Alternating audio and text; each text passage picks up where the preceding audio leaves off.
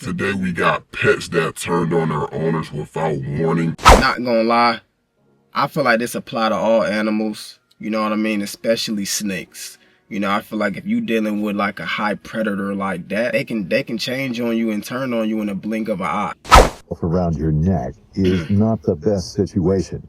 That's exactly what happened to Elliot Simpson when his pet boa constrictor slowly began choking the life out of him. Elliot, a snake rescuer, had handled several pythons and boa constrictors, but one particularly aggressive reptile was a killer. Elliot did not even have the strength. You just couldn't see me around this. You know what I'm saying? You really just couldn't see me around having a pet snake. You just couldn't see me around that. Struggle as the 18-foot boa constrictor tightened its grip on his neck, cutting off the oxygen to his brain. When law enforcement arrived on the scene, what they saw horrified them. This is the story of how snake rescuer Elliot Simpson died doing what he did best. But first, hit that notification. That'd be the worst. You know, it always channel. be, you know, something that they love. Is fierce. It always be like that, man. Elliot It'd be real sad. From Pennsylvania Real loved sad. snakes and did everything he could to rescue and rehabilitate them. It was ironic that he died from one of the most awful circumstances. Elliot knew how to handle snakes, and not just the little ones. He would rescue pythons and boa constrictors too. On that ill-fated day of July 20th, 2022, Elliot had begun his day as usual, feeding his snakes. He had no idea what was about to happen. He was extra careful of one snake in particular, a boa constrictor almost 18 feet in length. It was always more aggressive than the others. See, and that's the thing right there. You know what I mean? That's one thing about snakes. Like, I can't tell a good snake from a bad snake. I look at all snakes as like, they can do real bodily harm to me. You know what I'm saying? Like, I look at every snake like that. I don't even care if it's a black garden snake. I still look at it like, nah, I don't trust it. They just be making my body squirm, dog. Even if somebody like an owner tell me like the snake don't bite, the snake is friendly, for some reason I feel like my luck sometimes, the time I get the chance to hold the snake might turn on me. You know what I mean? So I just can't trust it. One slip around an angry reptile is enough to make it your last moment on Earth. That's all it takes. And pythons are large snakes, and technically they are both constrictors. However, there is a vast difference between the two, even though in most cases, most large snakes are constrictors. An attack by either one can be fatal, given that a python can exert a force of 14 psi, which is 14 pounds of pressure per square inch, enough to kill a human. But a boa constrictor can exert pressure up to 25 pounds per square inch. Now, Elliot had devoted his life to finding injured and abused snakes. His interest in snakes began when he was 10 years old, and since then, he had begun handling them. For the last 6 years, Elliot had taken up rescuing snakes. A creature that appeared slimy and creepy to others was something beautiful to him. He was passionate about snakes and was obsessed with finding rehabilitated snakes a new home. Boa constrictors are smaller than pythons, known to be the world's longest snakes. They can also be deadlier than boas. And if you're looking at attacks, there has been only one fatal boa attack in the last few decades in the U.S. Pythons, on the other hand, have been known to cause more fatalities in the U.S. and are considered a nuisance. Yeah, and I'm pretty sure a lot of us heard about these pythons. These pythons, they be damaging a lot of the, what's the word I'm looking for? Bro? It's like they be damaging the land for real. Like, you know, they be messing up the whole process of that. Pythons are regarded as invasive in the Everglades. There's nothing you can do when there's so many of them. The problem is so huge that the U.S. government even organized a python challenge in 2022, leading to hundreds of huge reptiles being captured or killed, some of which turned out to be longer than 15 feet. Whether big or large, it didn't matter to Elliot. He had handled 15-footers several times. On the day of the unfortunate attack, Elliot went about his usual routine. Along with the boa constrictor that killed him, Senseman had 2 other snakes he had taken in as rescues. The boa constrictor which strangled him was abused and malnourished. It did not settle in well with Elliot, and it always appeared aggressive. Elliot was always very careful with the 18-foot boa constrictor, but a family member later recalled how it wasn't behaving normally the day it attacked Elliot. Elliot's mother, Heather, later told investigators he was experienced and would never handle that snake alone. He was only checking the enclosure, and all appropriate measures were taken. That's right, Elliot was only about to check its enclosure when the deadly reptile attacked. At that very moment, Elliot might not have suspected anything. Yes, the snake acted weird, but Elliot attributed it to the fact that it was yet to get over its own ordeal and needed time. It had come from a home where it was gross. Because that's the thing. He thought, this snake usually is aggressive. You know what I'm saying? Like always. Not knowing that this snake was just having a bad day and he was not going for it. It's so sad, bro, because it's always like that. The people that really know what they doing, it's like it always be that one time. You know what I'm saying? It always be that one time that kind of like it just ends in a fatality, bro. And it just really sucks, bro. And that's why you just can't catch me over that. For is how the creature could not trust humans again and was waiting to strike. The routine of cleaning and feeding his snakes might have led Elliot to dismiss the boa constrictor's odd behavior. After all, rescue snakes don't exactly behave normally. If they attacked, his family members were trained to respond in the correct manner because the house was outfitted with the necessary equipment. Elliot never really had a chance. As soon as he opened the boa's cage, the snake lunged at him, coiling around his body and neck in seconds. It then began tightening its grip. Even as Elliot contemplated his last moments on Earth, even as his life flashed before his eyes, his grandmother walked in. The scene being played out before her was horrific. There laid Elliot, collapsed in agony, his large boa constrictor wrapped around his neck. She screamed. That right there, I ain't gonna lie, I would be scarred for probably life. I wouldn't want to see no snakes. Snakes would really be my worst fear at that point. Like seeing that go down, that would be my worst fear. I wouldn't be able to look at no snake, wouldn't be able to be around no snake. Like, can y'all imagine really being in that situation, just seeing Elliot really like just being in that situation, bro? I'll lose my mind. I wouldn't even know what I would do in that situation. For help, I'll be losing my mind, bro. Oh my God. 911. When officers from the Upper Macungie Township Police Department got the distress call, they immediately rushed to the Senseman residence.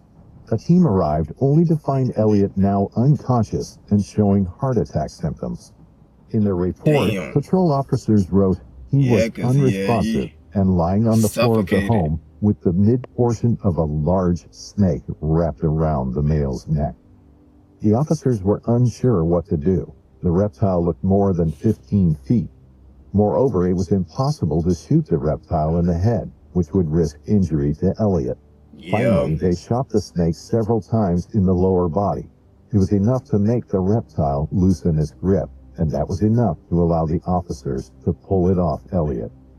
Elliot was rushed to the Lehigh Valley Hospital, Cedar Crest, where doctors tried to save him. He spent 4 days in critical care, but did not respond to treatment. On July 24th, 4 days after the incident, Elliot died. His doctors attributed his death to severe anoxic brain injury due to asphyxiation by constriction. Man, that's so sad, bro. Like, real deal. Like, I'm not gonna lie. Like, all of this because of a boa constrictor. I don't even know if I'm saying it right. Y'all know what I mean. Because of this snake. Like, I don't like feeling suffocated, bro. Like, I'll be panicking. I'll be panicking, bro. I would have had a knife some way, somehow in my pocket to try to cut the snake or something, bro. You know what I'm saying? Like, I'm just saying if I was to ever be in that situation, which I don't feel like I would ever be in this situation. Hopefully not. I ain't got no wood around me to knock on, but we just gonna put that hypothetically, though. I don't want to be around no big-ass snake, bro. No big-ass python, no boa constrictor. I don't want to be around none of that, bro. Cause like that pressure he had on him, it had to be so intense to cause all this brain, you know what I'm saying, damage and just all of that, bro. You know what I'm saying? Elliot Simpson's death by the pet boa constrictor raised many questions. Investigations were carried out soon after, during which his mother explained how careful he had always been around snakes. My son was unique and kind, and should still be with his family and friends, she said. The problem in the U.S. and many parts of the world is the pet trade. Snakes are often regarded as exotic pets. However, many people can't manage these reptiles once they grow larger. Boa constrictors and pythons especially end up being unwanted or abused. Yeah, they too was big. Always at hand to receive such snakes and help them recover or find a forever home. Explaining his rescue mission for snakes, Elliot's mother Heather said, "Too many people get these snakes and can't handle or take care of them. They shouldn't be bred to be kept as pets." A lot of times, the snakes were neglected or mistreated and needed medical care. He would provide all of that. He wanted them to be in a habitat as close to their natural environments as possible, since they couldn't be put in the wild. That's the one thing about him, though. Like, Amanda Ruth Black, man, I the just can't 25-year-old trust it. wife of a Navy officer, established herself in the Virginia Beach community as an animal lover. She worked at Pet Paradise, a local animal shop, and over the years had accumulated enough knowledge about animals that people would call her an expert. Despite working amongst puppies, kittens, rabbits, or parrots, she chose more special pets, snakes. Her love and knowledge of snakes knew no bounds. She was absolutely fascinated every time she encountered them. So much so that she convinced her husband to collect a few non-venomous snakes as pets. And among the many different kinds, I still don't trust that. She fell in love with constricting snakes. Now you probably think she had it coming, and you would probably be right if you didn't know Amanda at all. In truth, she wasn't an amateur snake lover. Amanda knew how to handle the slithering reptiles like the back of her hand. She could anticipate she used to be any change of catching them, behavior okay. and knew exactly what to do so she could remain unharmed. Her home became a true snake sanctuary and a testament to her devotion to her pets.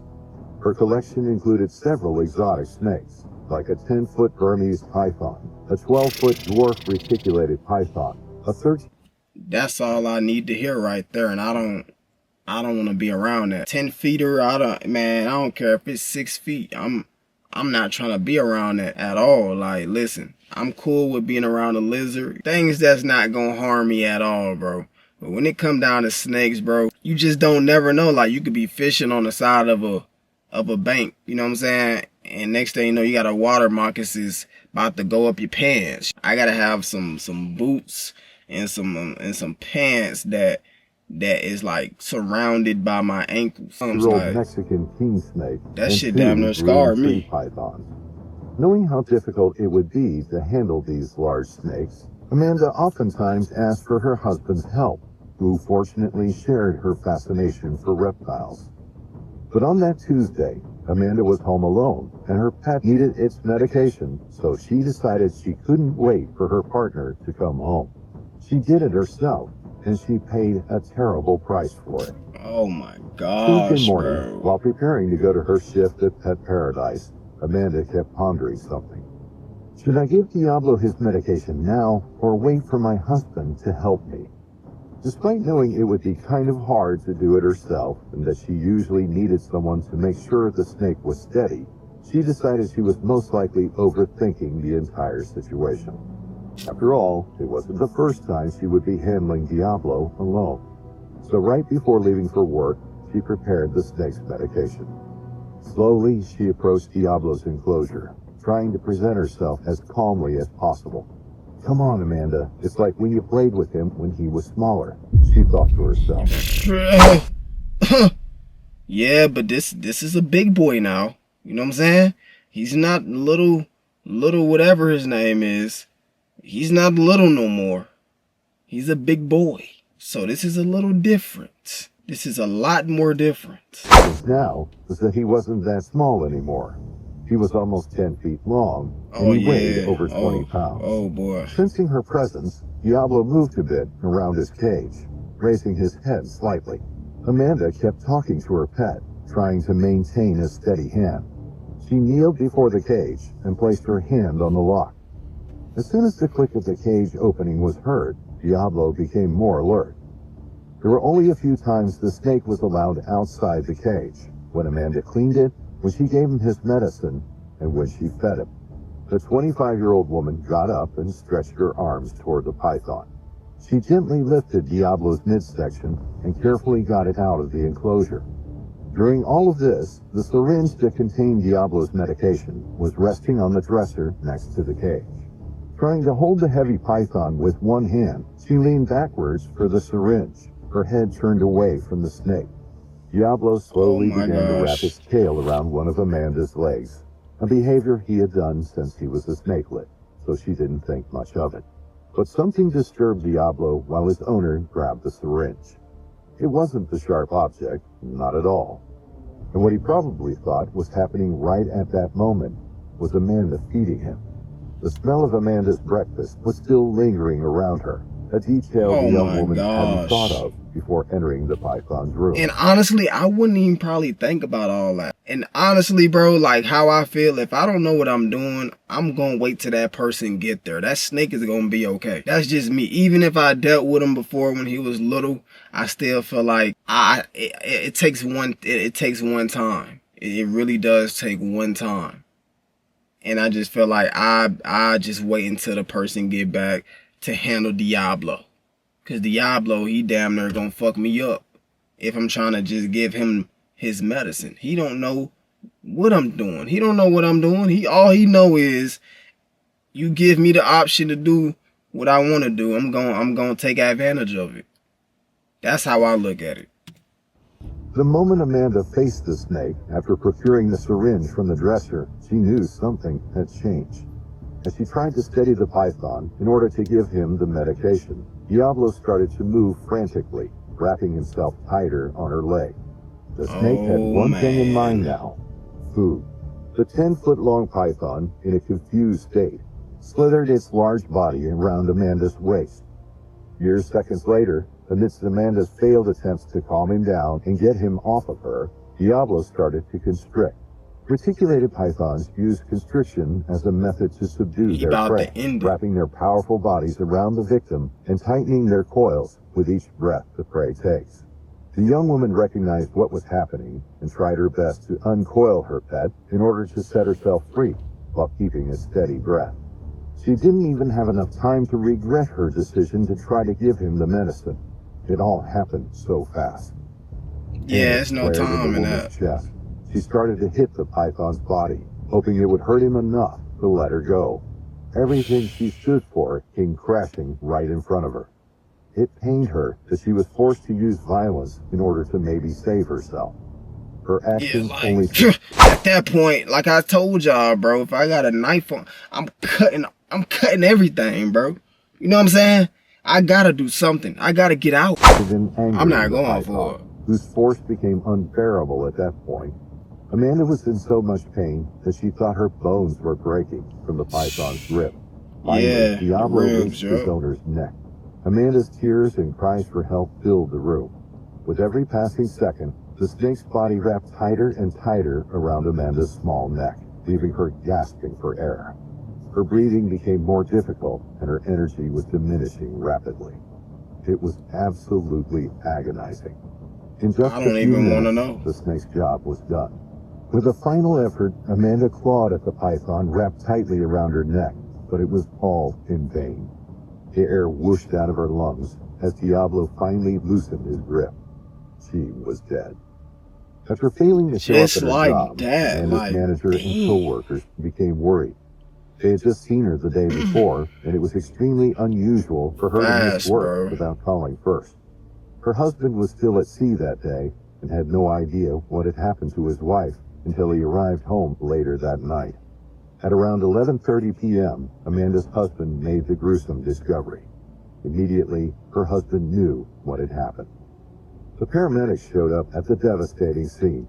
Amanda's husband was holding her tightly in his arms as she was pronounced dead. The medical examiner confirmed that she had died from asphyxiation caused by the python's constriction. The snake was removed from the house after the police found him in another bedroom, visibly agitated and defensive. Amanda's husband asked the authorities to euthanize the animal. Seeing them brought so much pain that he decided to hand over the other snakes to animal control. The news of Amanda's death. That's the best option, I'm not gonna lie. That's the best option. Because, bro, you just can't trust these snakes. You really can't. These snakes, they'll damn near be so cool and be so good for a while. And then it's like they can just flip a switch on you out of nowhere. And that's the thing I don't like, bro. I can't trust that. I can't trust that I put a snake on my neck and he not gonna wrap his body around me and get me up out of here, bro. I just can't trust it. But with that being said, though, if y'all like this video, let me know down below in the comments. I'm gonna catch y'all in the next one.